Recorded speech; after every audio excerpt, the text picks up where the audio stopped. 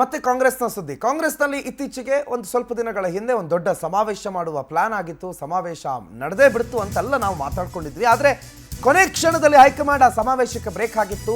ಈಗ ಮತ್ತೆ ಸಮಾವೇಶ ನಡೆಸುವ ಬಗ್ಗೆ ಸಿದ್ಧತೆಗಳಾಗ್ತಾ ಇದೆ. ಸದ್ದಿಲ್ಲದೆ ಸಿಎಂ ಬಣದಿಂದ ಮತ್ತೊಂದು ಸಮಾವೇಶದ ಪ್ಲಾನ್ಗಳು, ಸಿದ್ಧತೆಗಳು ನಡೀತಾ ಇದೆ.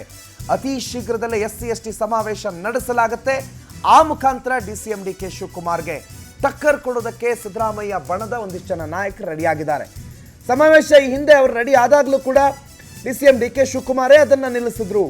ಹೈಕಮಾಂಡ್ ಮುಂದೆ ಅದನ್ನು ಪ್ರಸ್ತಾಪ ಮಾಡಿ ಮಾಡಿಸ್ಬೇಡಿ, ಅದನ್ನು ನಿಲ್ಲಿಸಿ ಅಂತ ಹೇಳಿ DK ಶಿವಕುಮಾರೇ ಮಾಡಿಸಿದ್ರು ಅಂತ ಒಂದು ಬಲವಾಗಿ ನಂಬಿಕೊಂಡಿದ್ದಾರೆ. ಹಾಗಾಗಿ DK ಶಿವಕುಮಾರ್ಗೆ ಟಕ್ಕರ್ ಕೊಟ್ಟೇ ಕೊಡ್ತೀವಿ ಅನ್ನೋ ನೆಲೆಯಲ್ಲೇ ಈ ಸಮಾವೇಶದ ಬಗ್ಗೆ ಭಾಳಷ್ಟು ಜನ ಮಾತಾಡಿದ್ದಾರೆ. ನಾಯಕರು ಯಾರು ಅನ್ನೋದ್ರ ಬಗ್ಗೆ ಮಾತಾಡಿದ್ದಾರೆ. KN ರಾಜಣ್ಣ ಪ್ರಮುಖ ನಾಯಕರು, ದಲಿತ ಸಚಿವರು ಮಾತಾಡಿದ್ದಾರೆ. ಕೇಳಿಸ್ಕೊಳ್ಳಿ.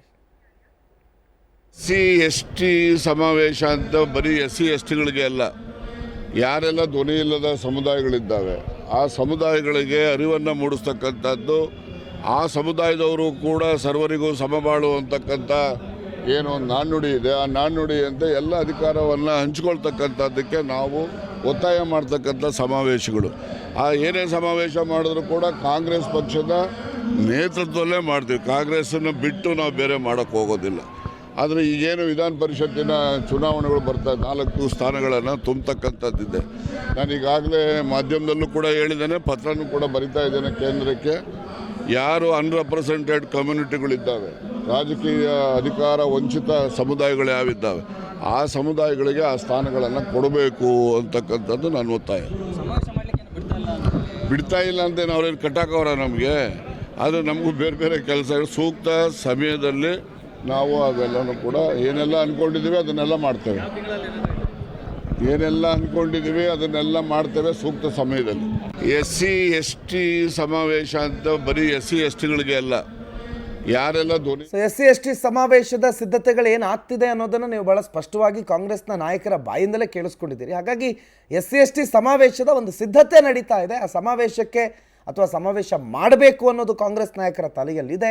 ಈ ಹಿಂದೆ ಏನು ನಮ್ಮನ್ನ ಯಾರು ಕಟ್ ಹಾಕಿದಾರಾ, ನಮ್ಮನ್ನ ಯಾರು ಕಟ್ ಹಾಕ್ತಾರಾ, ನಾವು ಮಾಡ್ತೀವಿ, ನಾವು ಮಾಡಬೇಕು ಅಂದರೆ ಮಾಡೇ ಮಾಡ್ತೀವಿ ಅಂತ ಒಬ್ಬರಾದರೆ, ಸಮಯ ಸಂದರ್ಭ ಬರಲಿ, ಅವಕಾಶ ಅವಶ್ಯಕತೆ ಬಂದಾಗ ಮಾಡೋಣ. ಇವೆಲ್ಲದರ ನಡುವೆ ನಿನ್ನೆ ಮಲ್ಲಿಕಾರ್ಜುನ ಖರ್ಗೆ ಅವರು ಬೆಂಗಳೂರಲ್ಲಿದ್ದಾಗ ಪರಮೇಶ್ವರ್ ಹೋಗಿ ಅವರನ್ನು ಭೇಟಿಯಾಗಿ ಬಂದಿದ್ದಾರೆ.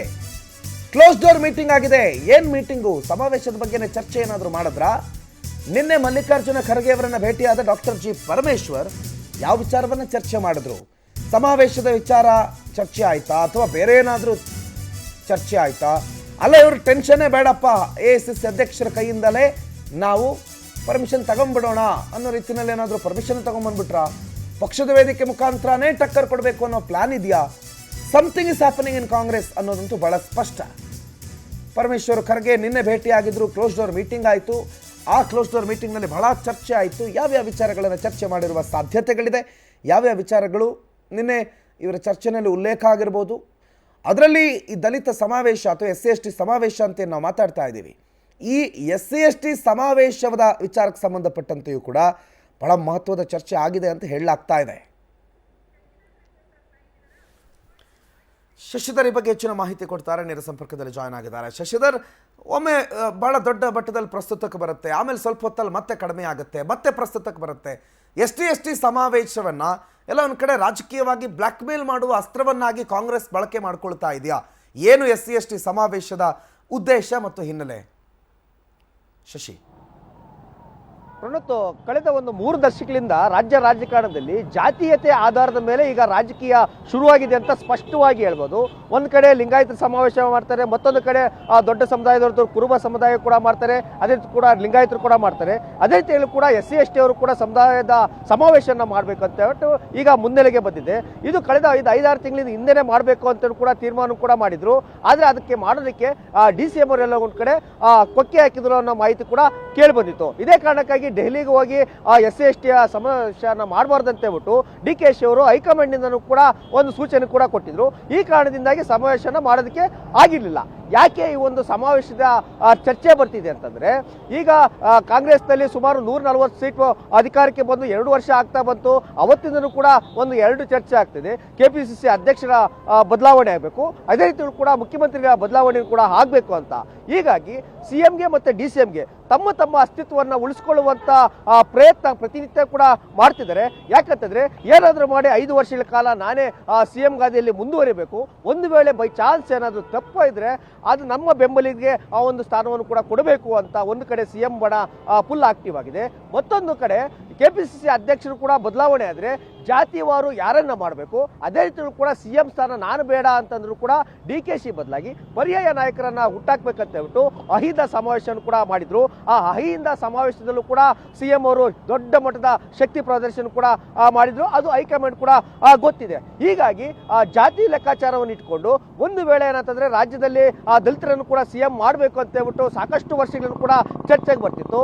KPCC ಅಧ್ಯಕ್ಷರಾಗಿ ಪರಮೇಶ್ವರು 10 ವರ್ಷಗಳ ಕಾಲ ಅಧಿಕಾರ ನಡೆಸಿದ್ರು ಕೂಡ ಏನು ಬಹುಮತ ಬಂದು ಕಳೆದ 2013ರಲ್ಲಿ ಕಾಂಗ್ರೆಸ್ ಸರ್ಕಾರ ಬಂದರೂ ಕೂಡ ಪರಮೇಶ್ವರು CM ಆಗೋದಕ್ಕೆ ಆಗಿರಲಿಲ್ಲ. ಹೀಗಾಗಿ ಈಗ ಅವಕಾಶ ಸಿಕ್ಕಿದ್ರೆ ದಲಿತ ಕೋಟದಲ್ಲಿ CM ಆಗೋಣ ಅಂತ ಹೇಳ್ಬಿಟ್ಟು ಪರಮೇಶ್ವರು ಕೂಡ ಪ್ರಯತ್ನ ಕೂಡ ಮಾಡ್ತಿದ್ದಾರೆ. ಅದೇ ರೀತಿಯಲ್ಲೂ ಕೂಡ SC ಮಹದೇವಪ್ಪ ಅವರು ಕೂಡ ಮಾಡ್ತಿದ್ದಾರೆ. ಇಲ್ಲ ಅಂತಂದ್ರೆ ST ಕೋಟದಲ್ಲಿ ಬಂದ್ರೆ ಸತೀಶ್ ಜಾರಕಿಹೊಳಿ ನಾನು ಕೂಡ ಆಗ್ಬಹುದು ಅಂತ ಹೇಳ್ಬಿಟ್ಟು ಕೂಡ ಅವರು ಕೂಡ ಪ್ರಯತ್ನ ಕೂಡ ಮಾಡ್ತಿದ್ದಾರೆ. ಮತ್ತೆ ಲಿಂಗಾಯತರ ಕೋಟ ಬಂದ್ರೆ MB ಪಾಟೀಲ್ ಇದ್ದಾರೆ. ಮತ್ತೆ ಅದರಲ್ಲೇ ಕೂಡ CM ಮಂಡಲದಲ್ಲಿ ಒಕ್ಕಲಿಗರ ಕೋಟ ಏನಾದ್ರು ಬಂದ್ರೆ ಕೃಷ್ಣ ಬೈರೇಗೌಡರನ್ನ, ಇಲ್ಲ ಅಂತಂದ್ರೆ ಇನ್ನೊಬ್ಬರು ಯಾರಾದ್ರೂ ಹಿರಿಯರನ್ನ CM ಗಾದಿಯಲ್ಲಿ ಕೂರಿಸೋಣ, ಇಲ್ಲ ಅಂತಂದ್ರೆ KPCC ಅಧ್ಯಕ್ಷರ ಸ್ಥಾನದಲ್ಲಾದ್ರೂ ಕೂಡ ಕೂರಿಸೋಣ ಅಂತ ಹೇಳ್ಬಿಟ್ಟು ಕೂಡ ಒಂದಷ್ಟು ಚರ್ಚೆಗಾಗಿದೆ. ಇದು ನೇರವಾಗಿ CM ಮತ್ತು DCM ನಡುವೆ ನಡೀತಿರುವಂತಹ ದೊಡ್ಡ ಮಟ್ಟದ ಕಾಳಗ ಅಂತಂದ್ರೂ ಕೂಡ ತಪ್ಪಾಗೋದಿಲ್ಲ. ಪ್ರಣೋತ್, ಇದು ಥ್ಯಾಂಕ್ ಯು ಶಶಿಧರ್ ಮಾಹಿತಿಗೆ.